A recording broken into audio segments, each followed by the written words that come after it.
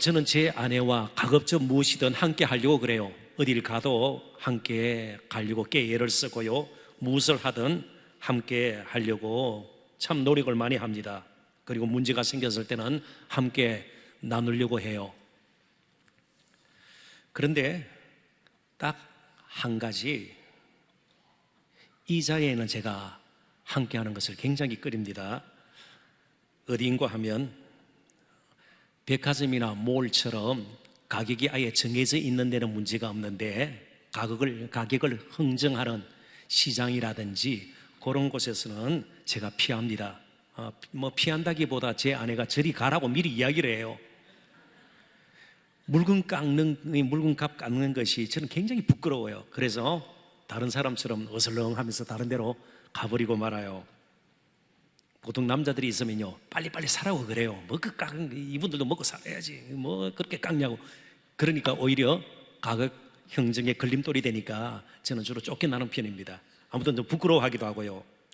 혹은 또 아이들이 공적인 자리, 공공장소에서 막 울고 보채고 때로 조금 정도가 심한 아이는요, 아예 들어 누워서 그죠? 공항이든 기차역이든 백화점이든 때와 장소를 가리지 않고 그냥 들어 누워서 그죠? 막 울고 이럴 때 제일 먼저 사라지는 분들이 애기 아빠들이에요. 왜요?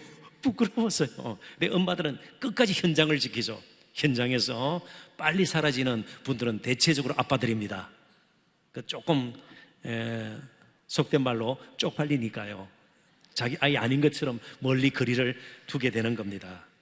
근데 오늘 이 히브리서를 받는 이 편지거든요. 히브리서는요, 이 성도들은 자신들이 그리스도인이라는 것을 부끄러워할 수밖에 없는 그런 상황에 직면하고 있습니다. 그리스도인이라는 신분 때문에 어려움을 겪게 되고요, 경제적으로도 마찬가지입니다. 또 사회적으로도 따돌림을 받게 되고요, 아마 그때도 마찬가지였던 것 같습니다. 유대인들이 상권을 잡고 있기 때문에 그들이 유대교를 떠나서 특별히 그리스도인이 되었을 때 그들이 당하는 불이익은 또 사회적인 차별은 이루 말할 수가 없었던 것입니다. 그래서 그리스도인이라는 신분을 숨기거나 아예 옛 유대교로 돌아가 버리는 경향들이 있었습니다. 그런 배경을 좀 알고 있어야 오늘 본문을 이해하는 데 도움이 될 것입니다. 본문 16절을 우리 다시 한번 읽어보도록 하십시다. 다 같이 화면을 보시고 읽어볼까요? 그들이 이제는 더 나은 본향을 사모하니 곧 하늘에 있는 것이라. 이러므로 하나님이 그들의 하나님이라 일컬음 받으심을 부끄러워하지 아니하시고 그들을 위하여 한 성을 예비하셨느니라. 아멘. 정말 사람들은 그들을 멸시하고 또 따돌리고 경제적인 불이익을 주고요, 형편없이 대하지만 하나님은 결코 그들의 하나님됨을 부끄러워하지 아니하신다고 새 족장을 예를 들면서 오늘 본문은 우리에게 말씀을 주고 있습니다. 오늘 본문에 그들은 이제는 더 나은 본향을 사모하니, 여기 그들은 앞에 나와 있는 아브라함과 이삭과 야곱입니다. 이스라엘의 첫 번째부터 세 번째 족장들이죠. 특별히 아브라함은 믿음의 조상으로 일컫는 그런 분 아닙니까? 그런데 이들은 늘 나그네 생활을 했습니다. 장막을 치고 살았습니다. 그러면서 그들의 마음속에 늘 하늘의 집, 영원한 아버지의 집을 사모하는 마음이 있었다고 히브리서 기자는 성령의 감동을 받아서 그들의 믿음의 형편을 우리에게 소개하고 있습니다. 아브라함, 이삭, 야곱이 어떤 형편이었는지 8절부터 10절까지, 히브리서 11장 8절부터 10절까지 또 한번 읽어보도록 하십시다. 믿음으로 아브라함은 부르심을 받았을 때에 순종하여 장래의 유보로 받을 땅에 나아갈새 갈 바를 알지 못하고 나아갔으며, 믿음으로 그가 이방의 땅에 있는 것 같이 약속의 땅에 거류하여 동일한 약속을 유업으로 함께 받은 이삭 및 야곱과 더불어 장막에 거하였으니, 이는 그가 하나님이 계획하시고 지으실 터가 있는 성을 바랐음이라. 아멘. 그들은 다 나그네 인생이었습니다. 우리가 때로 이 땅을 살면서 부끄러움을 당하기도 하고 어려움을 겪기도 하고요, 원치 않는 질병에 걸리기도 하고요, 가정에 문제가 생기기도 하고 사람 사이에 관계가 흐트러지면서 마음에 심한 고통을 겪을 때 먼저 생각하는 것이 무엇입니까?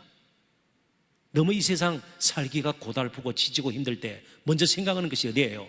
휴양지예요. 뭐 태국으로 여행이나 떠났으면 좋겠다, 그런 마음 가지고 여행 떠나도 해소가 되지가 않죠. 예? 근데 변호사를 만나겠어요? 정신병원에 가겠어요? 성도라면 제일 먼저 생각나는 곳이 어디예요? 이런 괴로움이 없는, 고통이 없는, 시달림이 없는 아버지 집에 영원한 안식이 있는, 평강에 있는 곳을 생각하지 않겠어요? 그게 성도로서 믿음이 우리에게 제일 먼저 가르쳐주는, 또 깨닫게 해주는 그런 곳 아니겠습니까? 그들 나그네 인생이었습니다. 하늘의 봉양, 참 믿음을 가지고 그들은 늘 마음속에 새기고 살았습니다. 그럼에도 불구하고 그런 믿음을 가지고 살았지만 이 땅에서 사는 동안 그들은 어땠습니까? 온전했을까요? 완전한 인격자들일까요? 아니요. 아브라함은요, 자신의 목숨을 구하려고, 부재하려고요, 아내를 누이라 속였습니다. 그래서 바로에게, 나중에는 그랄 왕에게 아내를 빼앗길 정도로, 물론 다른 일은 없었습니다만 하나님께서 개입하셔서 다시 되돌려 받았습니다. 아내를요. 정말 자신의 생명을 부재하려고 아내 없이도 살아도 되는 것처럼 아브라함은 비겁한 면이 있었습니다. 이삭도 아버지처럼 그런 적이 있었고요, 야곱은 이루 말할 수가 없죠. 아주 야비한 사람이었습니다. 그저 아버지를 속여서 장자권을 갈취하고 말이죠. 에서와 관계가 얼마나 틀어졌습니까? 정말 원수지간이 되고 말았습니다. 비겁했고 야비했고요, 인간적인 연약함이 다 있었습니다. 그럼에도 불구하고 하나님은 그들의 하나님됨을 부끄러워하지 아니하셨다. 그리고 그들을 위해서 친히 그들이 거할 영원한 집을 예비하셨다고 말씀하고 있습니다. 하나님은 그들의 하나님됨을 결코 부끄러워하지 않았습니다. 그래서 하나님께서 모세에게 처음으로 나타나셔서 자기를 소개할 때 이렇게 소개를 하셨습니다. 출애굽기 3장 6절 같이 한번 읽어볼까요? 다 같이 읽습니다.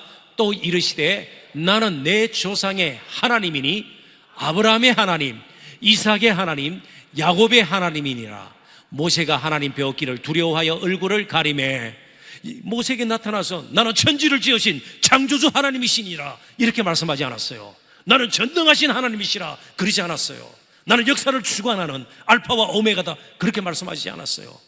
비겁하고 야비하고 형편없는 넘어지기 일수인 아브라함과 이삭과 야곱의 하나님, 그렇게 스스로를 드러내 주셨습니다.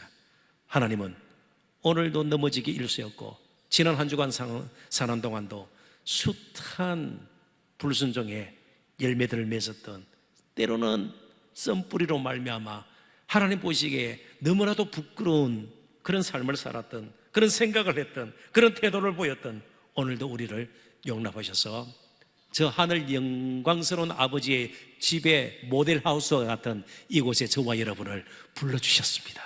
우리의 하나님됨을 하나님께서는 부끄러워하지 아니하세요. 우리가 하나님 아버지 부를 때에 아버지라 일컬음 받는 것을 부끄러워 아니하시고요, 그리고 우리에게 말씀하세요. 나는 너의 하나님이라.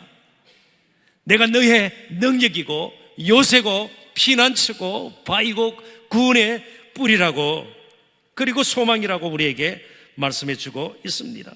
우리를 부끄러워하지 아니하시고요, 우리를 용납하셔서 오늘 밤 우리의 찬양과 우리의 기도를 그 하나님은 분명히 들어주실 줄 믿습니다.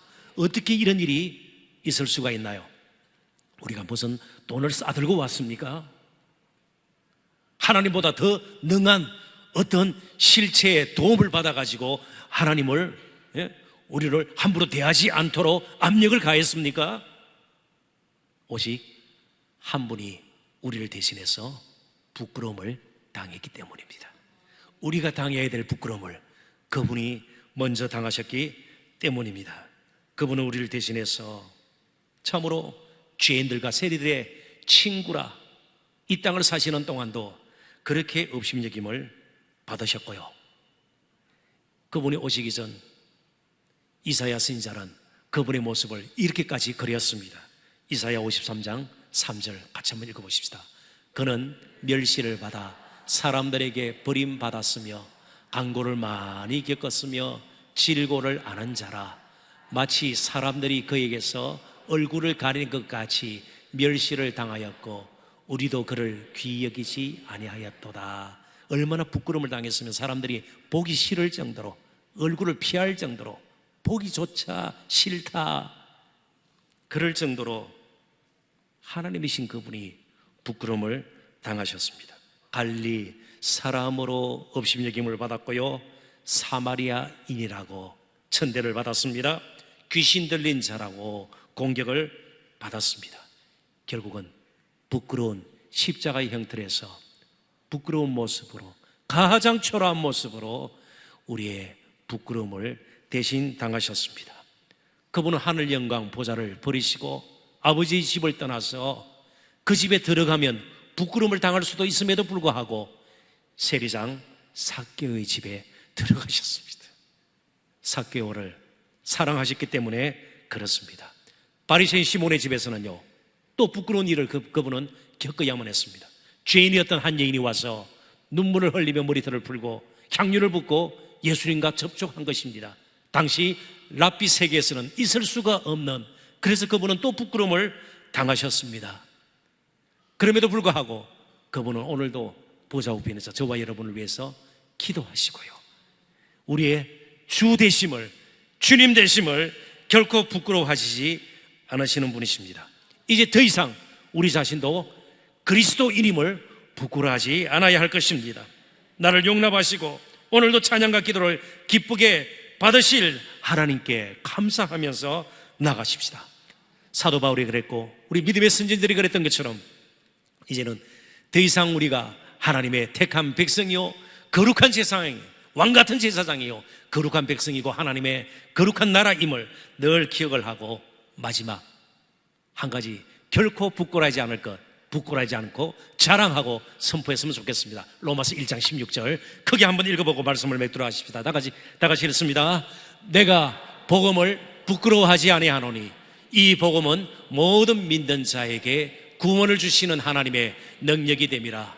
먼저는 유대인에게요 그리고 헬라인에게로다. 아멘. 우리에게 복된 소식, 복음의 은혜를 주신 그 하나님을 오늘도 찬양하고 그 복음의 은혜 가운데서 마음껏 우리의 아버지 되심을, 하나님 되심을 부끄러워하지 아니하시는 하나님 앞에, 정말 은혜의 보좌 앞에 담대히 나가시는 저와 여러분 되시기를 주님의 이름으로 축원합니다. 기도하도록 하십시다. 하나님.